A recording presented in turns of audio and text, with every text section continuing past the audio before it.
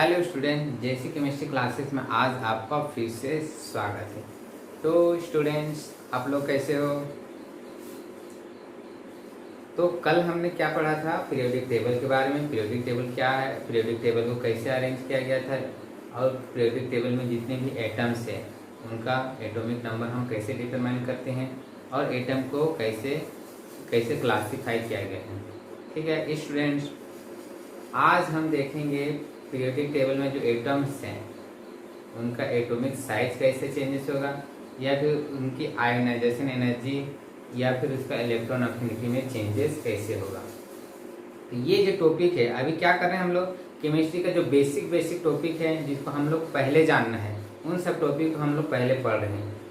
ठीक है, तो ये किसी भी केमिस्ट्री पढ़ने वाले स्टूडेंट्स के लिए, खासकर जो चाहे वो क्लास 11 का हो, 12 का हो, बीएससी का हो, या फिर किसी भी कंपटीशन एग्जाम के जो तैयारी कर रहा हो, चाहे नीट का स्टूडेंट हो, चाहे पीएटी का, चाहे जेई का। ठीक है, सभी के लिए ये टॉपिक काफ़ी क्या है, यूजफुल है, बेसिक टॉपिक है।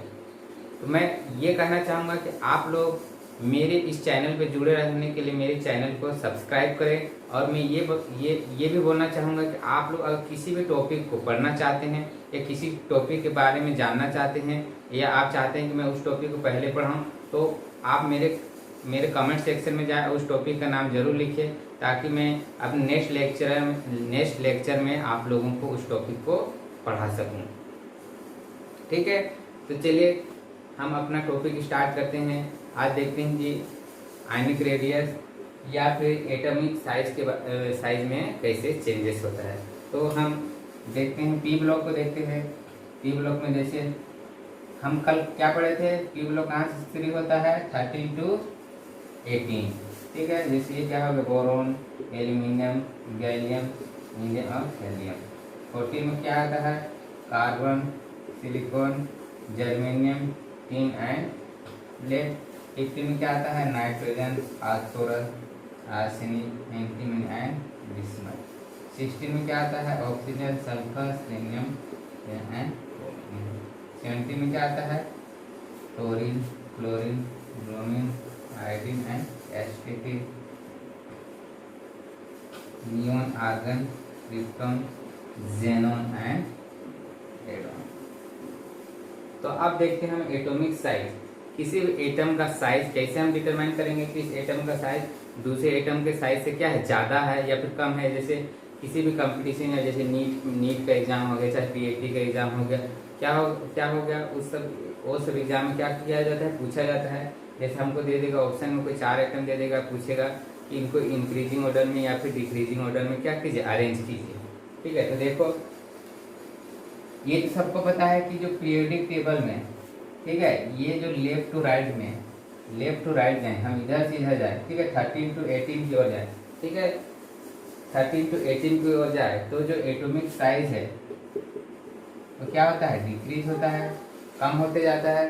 ठीक है, साइज क्या होते जाता है, कम होते जाता है। उसी तरह हम इधर अप टू डाउन जाएं, ठीक है, अप टू डाउन, ऊपर से क्या जाए, नीचे जाएं। ठीक है, तो ये जो साइज है तो क्या होते जाता है, इंक्रीज होते जाता है। ये तो सबको पता है कि लेफ्ट टू राइट जाने पे जनरली क्या होता है, साइज डिक्रीज होता है, और अप टू डाउन जाने पे साइज क्या होता है, इंक्रीज होता है। इसका कारण सबको पता है, इसका कारण भी सबको पता होगा कि क्यों साइज इंक्रीज होता है, डिक्रीज होता है। चलो तो हम देख लेते हैं। अगर बहुत लोगों को इसका रीजन नहीं पता होता है तो मैं बताता हूँ कि साइज क्यों लेफ्ट टू राइट जाने पे डिक्रीज होता है या फिर अप टू डाउन जाने पे क्या होता है, इंक्रीज होता है। जैसे देखो, अगर इसमें जाएं हम लोग, इस ग्रुप में जाएं,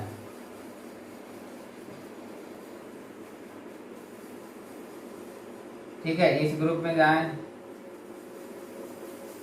बोरॉन से किधर जाएं, नियॉन की ओर जाएं। ठीक है, तो किसका साइज सबसे छोटा होगा, किसका साइज सबसे छोटा होगा, नियॉन का, और सबसे बड़ा साइज किसका होगा, बोरोन का। ठीक है, मतलब बोरोन का साइज क्या होगा, सबसे छोटा, सबसे बड़ा, और नियॉन का साइज क्या होगा, सबसे बड़ा। जैसे देखो क्यों होता है,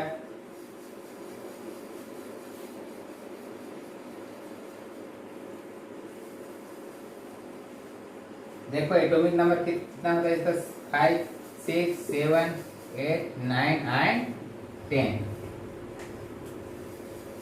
ठीक है, ये इसका क्या हो गया एटॉमिक नंबर। अब हम इसका इलेक्ट्रॉन देखे, देखो इसके कितने इलेक्ट्रॉन है 2 and 3। ये के सेल इसका क्या होगा एल सेल, इसमें भी कितना हो जाएगा 2 and 4। इसमें क्या होगा 2 and 5, ये कितना हो 2 6 2 7 और 2 क्या होगा 8। तो अब देखो जो जितने इलेक्ट्रॉन है किसमें आ रहे हैं एल सेल में, एल सेल में यहाँ 3 इलेक्ट्रॉन थे, यहाँ कितने हो गए 4 हो गए, यहाँ कितने हो गए 5 हो गए, 6 हो गए, 7 हो गए, यहाँ पे क्या हो गए 8 हो गए। ठीक है, तो जितने इनकमिंग इलेक्ट्रॉन जो बढ़ रहे हैं सभी इलेक्ट्रॉन किस में आ रहे हैं एल सेल में भी आ रहे हैं। अगर हम इसका एटॉमिक डायग्राम बनाएं, ठीक है एटॉमिक डायग्राम बनाएं, चलो उसको भी बना लेते हैं, जैसे हम बोरॉन का ही बनाएं। तो देखो के सेल में कितने इलेक्ट्रॉन है, इसका के सेल में कितने इलेक्ट्रॉन है 2, एल सेल में कितने इलेक्ट्रॉन है 1 2 and 3। ठीक है, आप देखते हैं हम यहाँ नाइट्रोजन का देख लेते हैं, इसका भी देखते हैं, इसका भी देख सकते हो, लेकिन मैं एक एक छोड़ के ले रहा हूँ।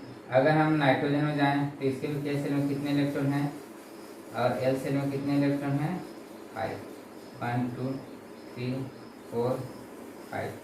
ये कौन है बोरोन का भी बनाए हैं हम लोग, यहाँ नाइट्रोजन का बनाए हैं। अब इधर हम फ्लोरीन का बना लेते हैं, एक छोड़ के बना लेते हैं। हम किसका बनाया फ्लोरीन का, के सेल में इसमें भी कितने इलेक्ट्रॉन है 2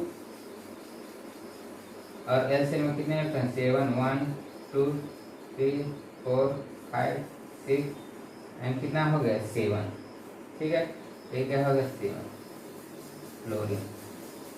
अब ये देखो ये जो बोरोन है, ठीक है, इसके नंबर ऑफ प्रोटॉन कितना हो जाएंगे, ये तो पता है प्रोटॉन कितने होते हैं, नंबर उसके एटॉमिक नंबर जितना होता है वही क्या होता है उसका नंबर ऑफ प्रोटॉन। तो कितने होंगे इसके 5, इसके कितने होंगे, इसका बनाए थे नाइट्रोजन का 7, फ्लोरीन कितना 9। अब देखो प्रोटॉन मतलब क्या होता है पॉजिटिव चार्ज, प्रोटॉन मतलब क्या है पॉजिटिव चार्ज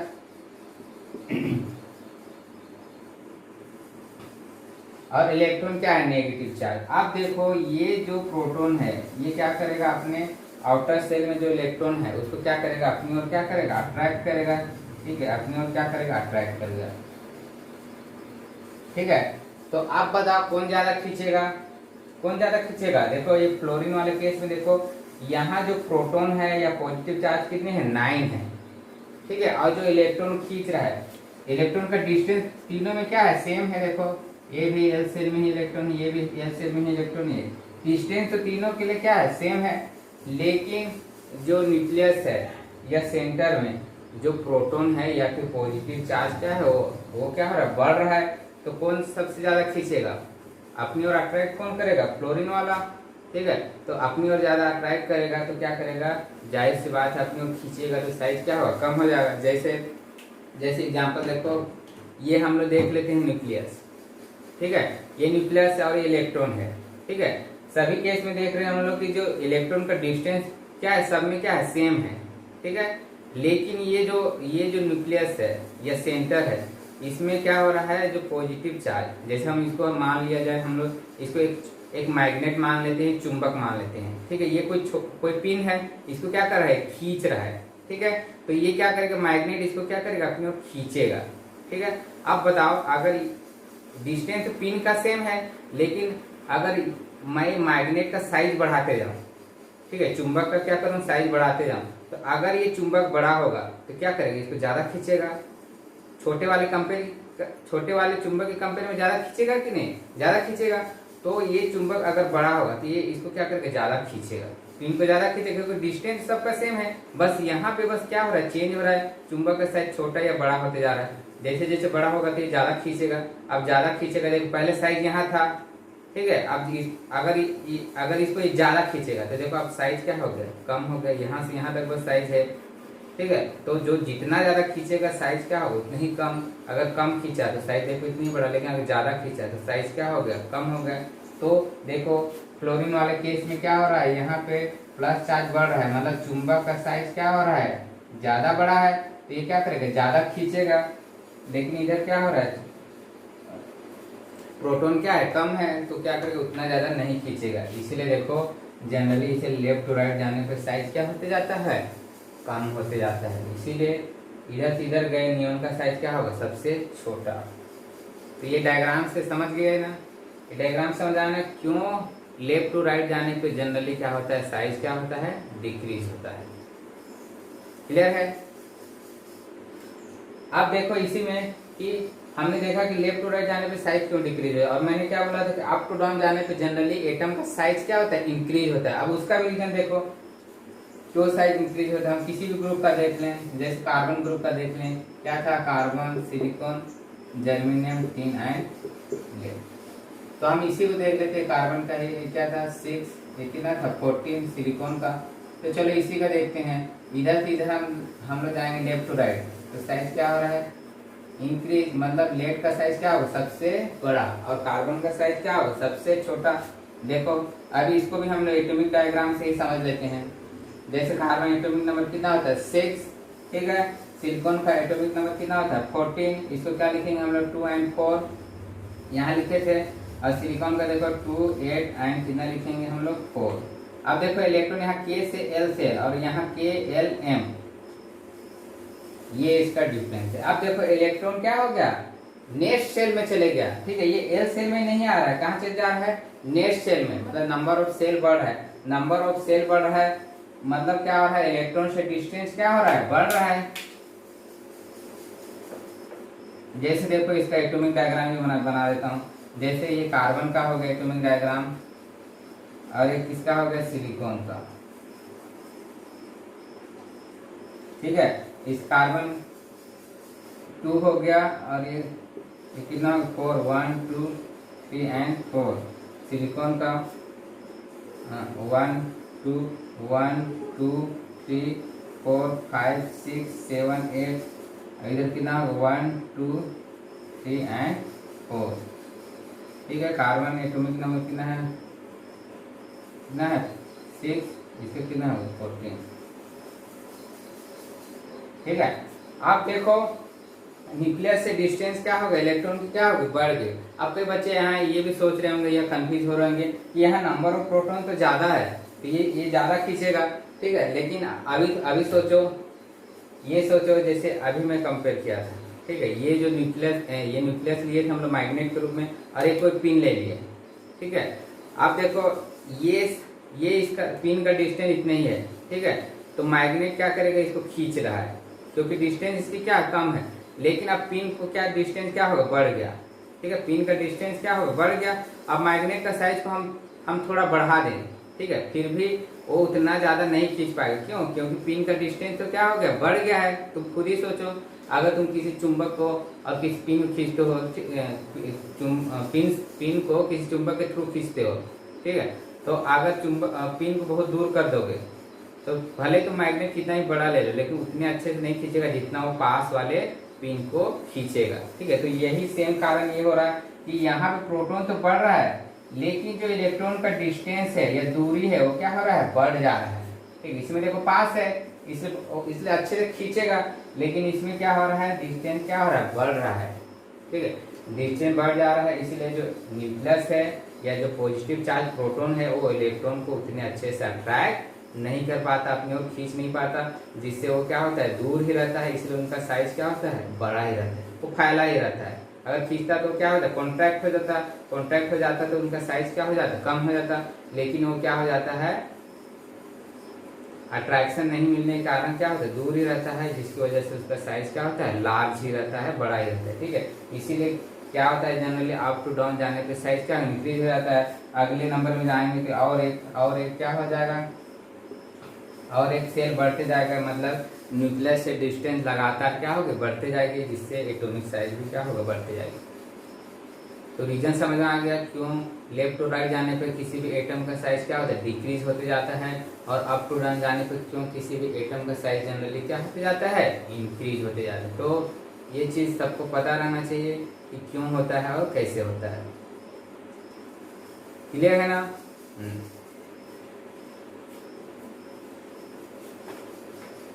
आप देखो ये तो सबको पता है, पॉजिटिव और नेगेटिव वाले केस में उसको बताने की जरूरत नहीं है कि जो भी पॉजिटिव चार्ज होता है, ठीक है, जिसका भी अगर किसी भी एटम में कोई 2 एटम है, ये अगर एक में पॉजिटिव चार्ज है और एक में नेगेटिव चार्ज है तो सबसे लार्ज साइज किसका होगा, माइनस वाले का, और सबसे स्मॉल साइज किसके होगा, पॉजिटिव वाले का। ठीक है, क्यों, क्योंकि ये नेगेटिव चार्ज आ गया किसी में, मतलब इसमें क्या आ गया, एक्स्ट्रा इलेक्ट्रॉन है। ठीक है, एक इलेक्ट्रॉन क्या हो गया, बढ़ गया, और पॉजिटिव चार्ज मतलब एक इलेक्ट्रॉन क्या हो गया, कम हो गया। तो अगर एक्स्ट्रा इलेक्ट्रॉन बढ़ जाने से जो न्यूक्लियस का अट्रैक्शन, जैसे फॉर एग्जांपल देखो, जैसे मान लीजिए हम लोग कार्बन का ही ले लें, तीनों कार्बन थे, एक में नेगेटिव आ गया, एक में प्लस चार्ज आ गया। ठीक है, इसमें देखो प्रोटॉन और इलेक्ट्रॉन, इसमें प्रोटॉन कितने होंगे, सब में 6 6 ही होंगे, लेकिन इलेक्ट्रॉन की बात करें तो यहाँ कितने आ जाएंगे, 5 6 ही होंगे, यहाँ कितने हो जाएंगे, 7। अब देखो यहाँ 6 प्रोटॉन मतलब पॉजिटिव चार्ज कितने इलेक्ट्रॉन को अट्रैक्ट कर रहे हैं, 7। ठीक है, 7 इलेक्ट्रॉन को क्या कर रहे हैं, अट्रैक्ट कर रहे हैं, और यहाँ 6 प्रोटॉन 6 पॉजिटिव चार्ज कितने इलेक्ट्रॉन को अट्रैक्ट कर रहे हैं, 5। तो बताओ किसमें अट्रैक्शन ज्यादा होगा, इसमें, क्योंकि 6 कितने को खींच रहे हैं, 5 को, लेकिन यहाँ 6 कितने लोगों को खींच रहे हैं, 7 लोग। जैसे मान लो ये 6 आदमी हैं, 5 लोगों को अपनी ओर क्या करें, खींच रहे हैं, तो ये क्या है, ज्यादा अच्छे से खींच नहीं पाएंगे, क्योंकि जो खींच रहे हैं उनकी संख्या क्या है, ज्यादा है, और यहाँ जस्ट अपोजिट है, जो खींच रहे हैं उनकी संख्या कम है और जिनको खींचना है उनकी संख्या ज्यादा है, तो खींचेंगे लेकिन उतने अच्छे से खींच नहीं पाएंगे। ठीक है, तो किसका साइज ज्यादा होगा, इसका, केवल खींचते तो साइज क्या हो जाता है, कॉन्ट्रैक्ट हो जाता है। तो अब सबसे तो प्लस वाला, जब भी किसी में भी प्लस चार्ज रहेगा उसका साइज क्या होगा, उतना ही कम, और नेगेटिव वाले का साइज क्या होगा, उतने ही ज्यादा। जितना ज्यादा प्लस चार्ज होगा साइज क्या होगा, उतने ही कम होते जाएगा, और जितना ज्यादा नेगेटिव चार्ज बढ़ते जाएगा एटम का साइज क्या होते जाएगा, बढ़ते जाएगा। ये तो था एटॉमिक साइज के बारे में। अब देखते हैं हम लोग अपना सेकेंड टॉपिक की ओर चलते हैं, क्या है, आयोनाइजेशन एनर्जी।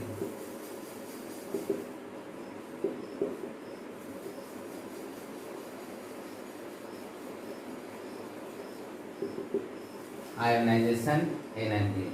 ठीक है, आयोनाइजेशन एनर्जी, तो आयोनाइजेशन एनर्जी क्या है, पता है सबको। आयोनाइजेशन एनर्जी क्या है, किसी भी एटम के, ठीक है, किसी भी एटम के आइसोलेटेड स्टेट में, मतलब किसी भी एटम के जो लास्ट सेल में इलेक्ट्रॉन को, ठीक है, इलेक्ट्रॉन को रिमूव करने के लिए जितनी एनर्जी रिक्वायर होती है या जितनी एनर्जी चाहिए वही क्या कहलाता है, आयोनाइजेशन एनर्जी। ठीक है, require energy for remove electron for any atom. ठीक है, किसी भी एटम को, जैसे अभी हमने देखे किसी में प्लस चार्ज लग गया, ठीक है, तो प्लस चार्ज कब लगा होगा, कब लगा होगा, जब वो क्या किया होगा, इलेक्ट्रॉन रिमूव किया होगा, इलेक्ट्रॉन क्या किया होगा, डोनेट किया होगा, इलेक्ट्रॉन बाहर निकाल होगा। तो कोई भी एटम अपने आप तो इलेक्ट्रॉन डोनेट नहीं करेगा। ठीक है, उसके लिए क्या होगा, कुछ एनर्जी देना पड़ेगा, और वही जो एनर्जी हम लोग को जो देना पड़ रहा है, जो एनर्जी लग रहा है, वही उसी को क्या कहते हैं हम लोग, आयोनाइजेशन एनर्जी। क्लियर है, उसी एनर्जी को क्या बोलते हैं हम लोग, आयोनाइजेशन एनर्जी।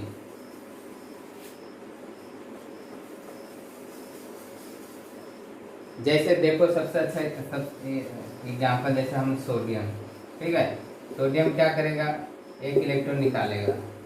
ठीक है, तो उसके लिए जो एनर्जी लगेगा उसको क्या बोलेंगे, आयोनाइजेशन एनर्जी। आई मान लो एक इलेक्ट्रॉन निकाला तो उसको क्या बोलेंगे, फर्स्ट आयोनाइजेशन एनर्जी।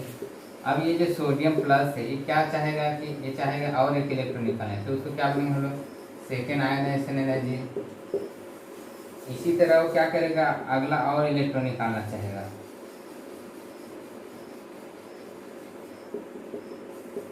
तो उसको क्या बोलेंगे हम लोग, थर्ड आयोनाइजेशन एनर्जी।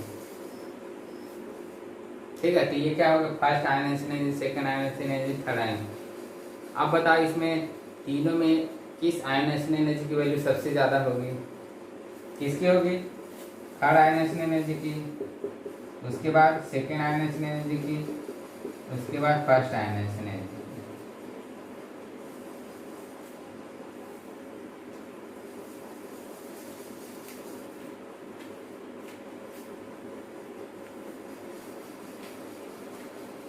ठीक है, थर्ड आयोनाइजेशन एनर्जी की वैल्यू क्या होगी, सबसे ज्यादा। क्यों होगी, क्यों होगी, अभी देखो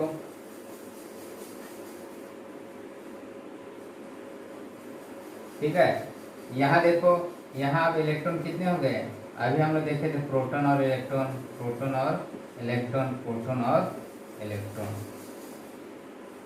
ठीक है, यहाँ देखो प्रोटॉन कितने हो जाएंगे, सब तो सोडियम ही है, कितने हो जाएंगे सब में 11, 11 और 11।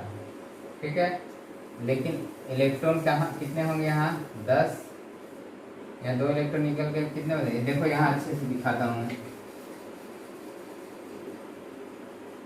सोडियम था, एक सोडियम प्लस है और एक सोडियम क्या है 2 प्लस। ठीक है, यहाँ प्रोटॉन और यहाँ इलेक्ट्रॉन देखिए, यहाँ प्रोटॉन कितने हैं 11, इलेक्ट्रॉन कितने हैं 11, यहाँ प्रोटॉन कितने हैं 11, इलेक्ट्रॉन कितने हैं 10, यहाँ प्रोटॉन कितने हैं 11 और इलेक्ट्रॉन कितने हैं 9।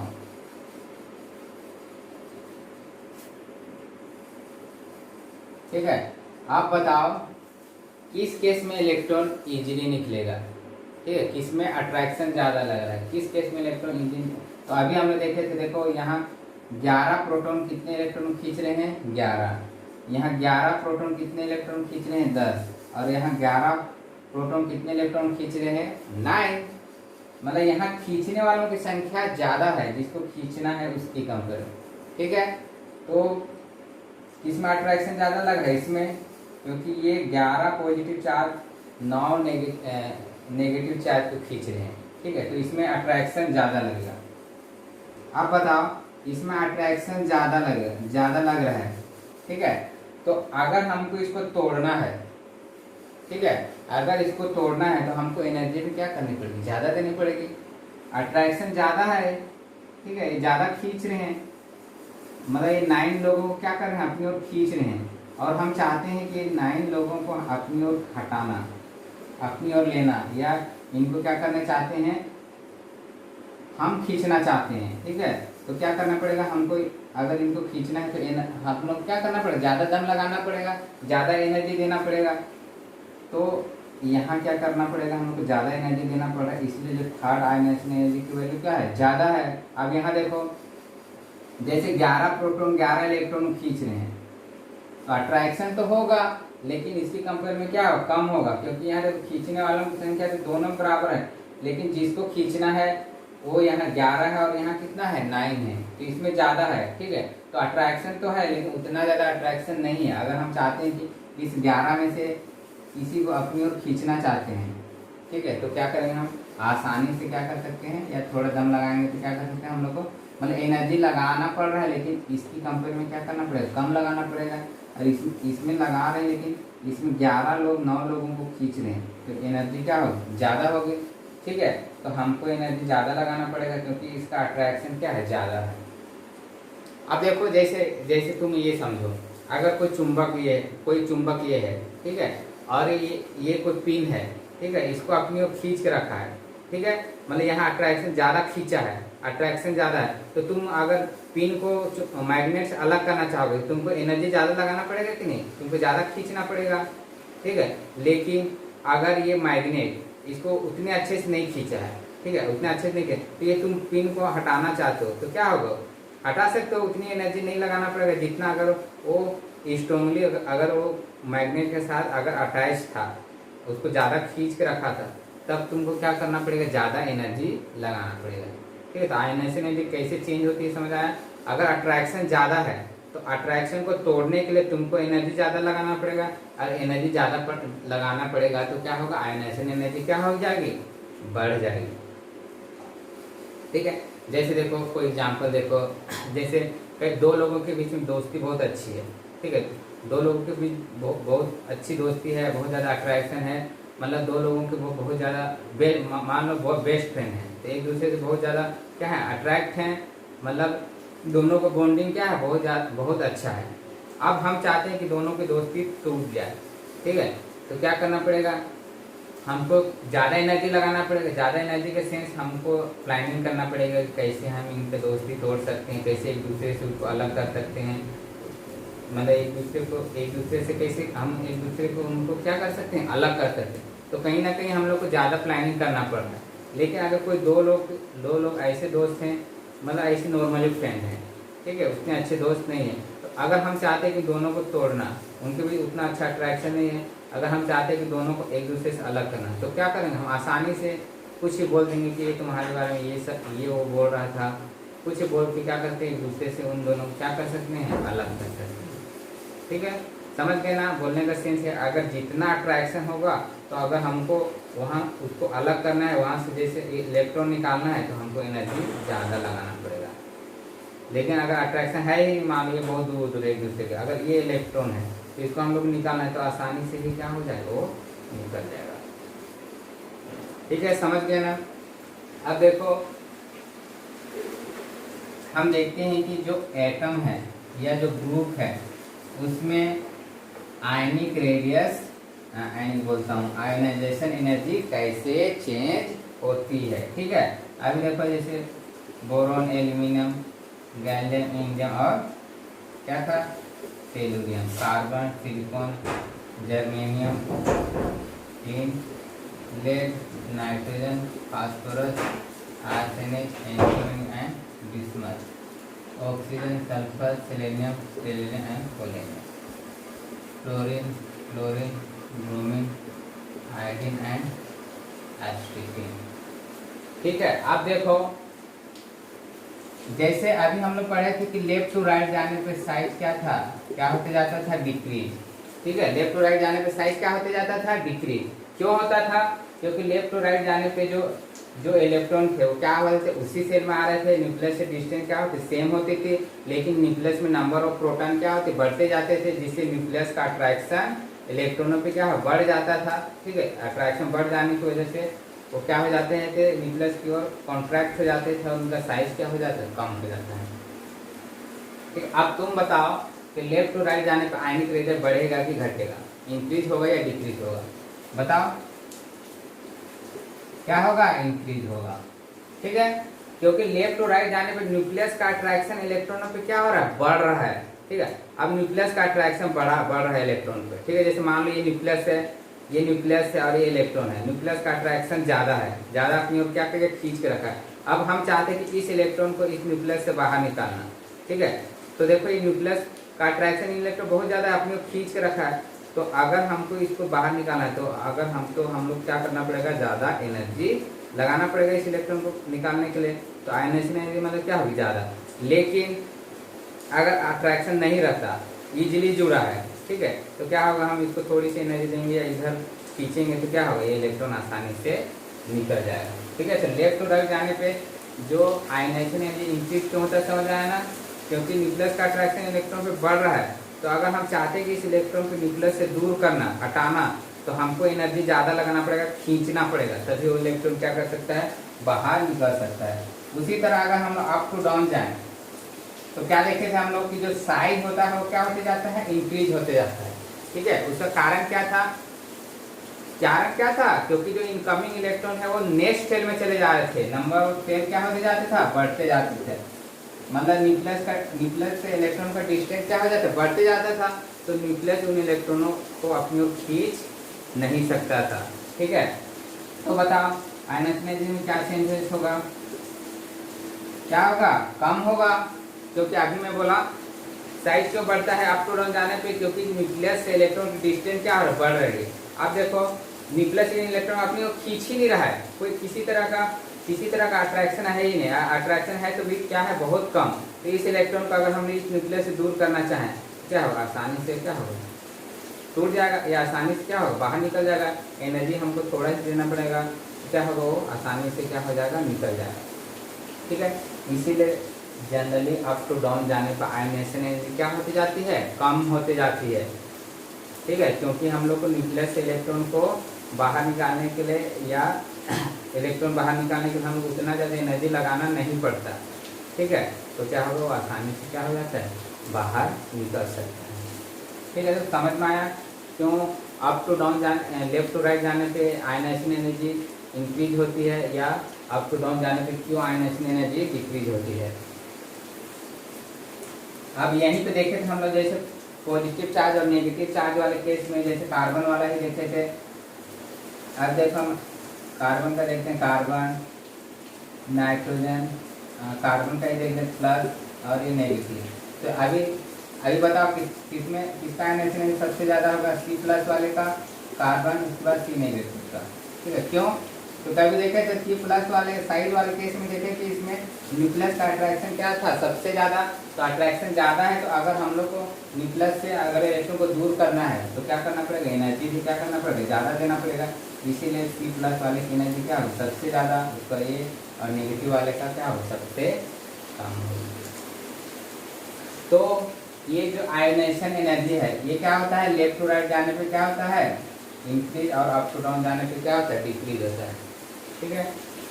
अच्छा, एक चीज़ याद रखिएगा कि जैसे ये 13 है, 14 है, 15 है, 16 है, और क्या है, 17 है, ठीक है। इसमें कुछ एक्सेप्शनल केस भी है, एक्सेप्शनल केस के बारे में डिस्कस कर लेते हैं। जैसे इधर क्या है, hydrogen, lithium, sodium, potassium, rubidium और सीजियम। इधर क्या होगा, beryllium, magnesium, calcium, beryllium, magnesium, calcium, beryllium, magnesium, calcium, strontium और बेरियम, ठीक है। तो क्या होता है, अब अभी हम लोग जनरली पढ़े कि लेफ्ट टू राइट जाने पे क्या होता है, इंक्रीज होता है, और अप टू डाउन जाने पे आयोनाइजेशन क्या हो, डिक्रीज। लेकिन ये सभी केस के लिए नहीं है, ठीक है। इसमें कुछ क्या है, एक्सेप्शनल केस भी है, ठीक है। तो एक्सेप्शनल केस के बारे में देखेंगे कि कौन कौन से एटम का जो साइज होता है वो नॉर्मली चेंज, आयोनाइजेशन उसमें नॉर्मली चेंज नहीं होता है। जैसे देखो इस केस में इधर से इधर जाएंगे, ठीक है, तो आयोनाइजेशन एनर्जी बढ़ेगी, तो बेरिलियम और बोरोन में, बेरिलियम और बोरोन में, ठीक है, बोरोन का जो आयनाइजेशन एनर्जी बेरिलियम से ज़्यादा होना चाहिए, ठीक है। लेकिन होता क्या है, जो बेरिलियम है उसकी जो आयनाइजेशन एनर्जी क्या होती है, बोरोन से ज़्यादा होती है। क्यों? तो इसमें कौन सा केस लगेगा, हाफ फिल और फुल फिल केस लगेगा। इसको लिखो, एटॉमिक नंबर 4 है, इसका क्या है, 5 1s2 2s2, इसका क्या होगा, 1s2 2s2 2p1। देखो ये जो बेरिलियम है उसका जो लास्ट इलेक्ट्रॉन है क्या पूरा फुल फिल है, और इसका जो लास्ट इलेक्ट्रॉन 2p1 में जा रहा है, ठीक है, फुल फिल नहीं है। तो तुमको ये पता हो, तुम पढ़ चुके हो कि अगर कोई एटम अपना हाफ फिल केस में हो या फुल फिल केस में हो तो क्या होता है, वो ज़्यादा स्टेबल, ठीक है। अब देखो ये ज़्यादा स्टेबल है क्योंकि ये फुल फिल है। अब तो अगर हम इसमें से इलेक्ट्रॉन निकालना चाहें, ठीक है, उसमें से इलेक्ट्रॉन निकालना चाहे तो इलेक्ट्रॉन निकालने देगा, बेरिलियम इलेक्ट्रॉन निकालने देगा, नहीं देगा, क्योंकि वो स्टेबल हो चुका है, ठीक है। हमको पता है, हम ये जानते हैं कि नेचर में जितने भी एलिमेंट होते हैं वो अपनी स्टेबल फॉर्म में रहना चाहते हैं, अपनी स्टेबिलिटी गेन करना चाहते हैं। सब का सब तो यही रोल है। इसीलिए क्या करते हैं, कोई भी केमिकल रिएक्शन करते हैं, कोई एटम क्या करता है, अपना इलेक्ट्रॉन डोनेट करता है, तो कोई एटम क्या करता है, इलेक्ट्रॉन गेन करता है। क्यों करता है? क्योंकि वो अपनी स्टेबल फॉर्म में आना चाहता है, ठीक है। इसी वजह से वो कभी इलेक्ट्रॉन डोनेट करेगा तो कभी इलेक्ट्रॉन गेन करेगा, और इसी से क्या हो जाता है, केमिकल रिएक्शन स्टार्ट होता है। तो ये ऑलरेडी स्टेबल है, तो ये क्यों इलेक्ट्रॉन बाहर निकालना चाहेगा, नहीं चाहेगा। तो ये इलेक्ट्रॉन निकालना ही नहीं चाह रहा है, और हम चाहते हैं कि ये इलेक्ट्रॉन निकाले, ठीक है, इलेक्ट्रॉन डोनेट करे, ठीक है। तो क्या करना पड़ेगा, हमको ज़्यादा एनर्जी देना पड़ेगा। क्यों? क्योंकि ये स्टेबल है, ये इलेक्ट्रॉन निकालना ही नहीं चाह रहा है, ठीक है। तो इसको हम लोग क्या करना पड़ेगा, लेकिन हम इलेक्ट्रॉन निकालना चाह रहे हैं तो हमको एनर्जी क्या करना पड़ेगा, ज़्यादा देना पड़ेगा, ठीक है, ज़्यादा देना पड़ेगा। मतलब इसकी एनर्जी आयनाइजेशन है, इससे क्या हो ज़्यादा। इसमें देखो 2p1 में एक ही इलेक्ट्रॉन है, तो इलेक्ट्रॉन क्या होगा, आसानी से निकल सकता है। लेकिन ये तो अपनी स्टेबल फॉर्म में है और स्टेबिलिटी को गेन कर चुका है, वो इलेक्ट्रॉन निकालना नहीं चाहेगा, ठीक है। लेकिन हम चाह रहे हैं कि वो इलेक्ट्रॉन निकाले, तो हम चाह रहे हैं तो क्या करना पड़ेगा, हमको एनर्जी ज़्यादा देना पड़ेगा। एनर्जी क्या करना पड़ेगा, ज़्यादा देना पड़ेगा, ताकि क्या हो जाए, इसमें से इलेक्ट्रॉन निकल जाए, ठीक है। तो इसीलिए जो बेरिलियम होता है उसकी जो आयनाइजेशन बोरोन से क्या होता है, ज़्यादा होता है। उसी तरह यहाँ भी ग्रुप 15 और 16 में, ग्रुप 15 और 16 केस में तो हमेशा याद रखिएगा कि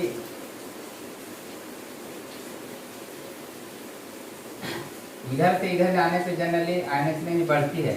तो ग्रुप 16 वाले की आयनाइजेशन ग्रुप 15 से क्या होनी चाहिए, ज़्यादा, लेकिन होता नहीं है। जो ग्रुप 15 की आयनाइजेशन एनर्जी क्या होती है, ग्रुप 16 से क्या होती है, ज़्यादा होती है, ठीक है। क्यों ज़्यादा होती है, अभी देखिए अभी देखिए जो केस लगा था, जैसे नाइट्रोजन और ऑक्सीजन वाला ही देख लेते हैं। नाइट्रोजन क्या होगा 1s2 2s2 2p3, और ऑक्सीजन का लिखोगे 1s2 2s2 क्या होगा 2p4। लास्ट में कितना इलेक्ट्रॉन आ रहा है 2p4, इसमें कितना आ रहा है 2p3। अब देखो नाइट्रोजन क्या है अपने हाफ फील्ड में है 2p3, p में कितने इलेक्ट्रॉन 3, तो क्या है अपने हाफ फील्ड केस में, मतलब ये भी कहीं ना कहीं क्या है स्टेबल फॉर्म में है, ठीक है। और ये क्या है अपनी स्टेबल फॉर्म में नहीं है, 2p4 है तो उतना ज़्यादा स्टेबल नहीं है। तो अगर हम चाह रहे हैं कि नाइट्रोजन से इलेक्ट्रॉन निकालना चाह रहे हैं, ठीक है, तो नाइट्रोजन इलेक्ट्रॉन निकालना ही जाएगा क्योंकि वो अपनी स्टेबल फॉर्म में आ चुका है, ठीक है। लेकिन हम चाहते हैं कि नाइट्रोजन इलेक्ट्रॉन निकाले, ठीक है, तो क्या करना पड़ेगा हमको एनर्जी लगाना पड़ेगा, ज़्यादा एनर्जी लगाना पड़ेगा ताकि ये इलेक्ट्रॉन निकल सके। लेकिन इसमें से अगर हम लोग ऑक्सीजन के केस में अगर इलेक्ट्रॉन निकालना चाहे तो ये निकाल सकता है, क्यों, क्योंकि 2p4 है, ठीक है, ये स्टेबल नहीं है, एक 2p3 में जाएगा तो स्टेबल हो सकता है, इसलिए एक इलेक्ट्रॉन क्या करेगा तुरंत निकाल सकता है। मतलब हमें कहाँ एनर्जी ज़्यादा देना पड़ रहा है नाइट्रोजन केस में, इसलिए जो नाइट्रोजन के आयनेशन एनर्जी होती है वो क्या होती है ऑक्सीजन से क्या होगी ज़्यादा होगी, क्योंकि ये भी इसके स्टेबल फॉर्म है। मतलब याद रखिएगा कि जो ग्रुप 15 हो गया, जैसे नाइट्रोजन का आयनेशन ज़्यादा होगी फास्फोरस की इससे ज़्यादा है, ठीक है, ग्रुप 15 फास्फोरस की सल्फर ज़्यादा होगा, आर्सेनिक की सेलेनियम। उसी तरह यहाँ पे उसी केस था, बेरिलियम की बोरॉन से ज़्यादा है, मैग्नीशियम का किससे ज़्यादा होगा एल्यूमिनियम से, ठीक है, एल्यूमिनियम का उसी तरह कैल्शियम किससे, ठीक है। तो जो ग्रुप 15 की एक्सेप्शनल केस यही है कि 16 के ज़्यादा होना चाहिए, लेकिन 15 का है उसी तरह इस ग्रुप का भी आयनाइजिंग एनर्जी में इसी तरह का क्या होगा चेंजेस होगा। तो स्टूडेंट्स ये क्या था आयनाइजेशन एनर्जी। आयनाइजेशन एनर्जी में एटम का side ionisation energy left to right जाने पे या अप टू डाउन जाने पे ग्रुप में कैसे चेंजेस होता है। तो देखो आयनाइजेशन एनर्जी को भी आज देखते हैं, ठीक है, क्योंकि आज बहुत टाइम हो गया। अगले लेक्चर में हम इलेक्ट्रॉन अफिनिटी इलेक्ट्रोनेगेटिविटी के बारे में डिस्कस करेंगे। क्या फिर आप किसी और टॉपिक के बारे में या फिर आप मुझे किसी तरह किसी दूसरे टॉपिक के बारे में पढ़ना चाहते हैं तो आप कमेंट सेक्शन में ज़रूर बताएं कि आप और क्या पढ़ना चाहते हैं मुझसे। अब देखो मैं कुछ क्या करता हूँ कुछ क्वेश्चन देता हूँ, ठीक है, जैसे नीट क्वेश्चन क्या है नाइट्रोजन, बोरान,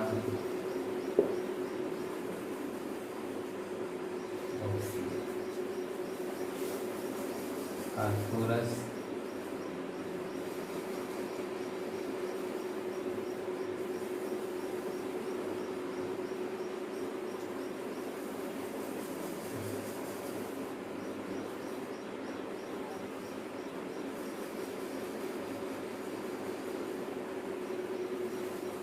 तीसरा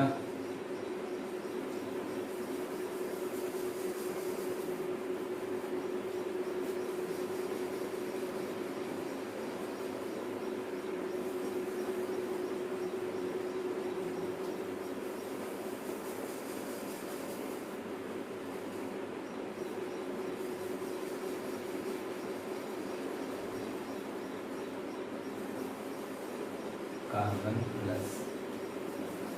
अगला देखो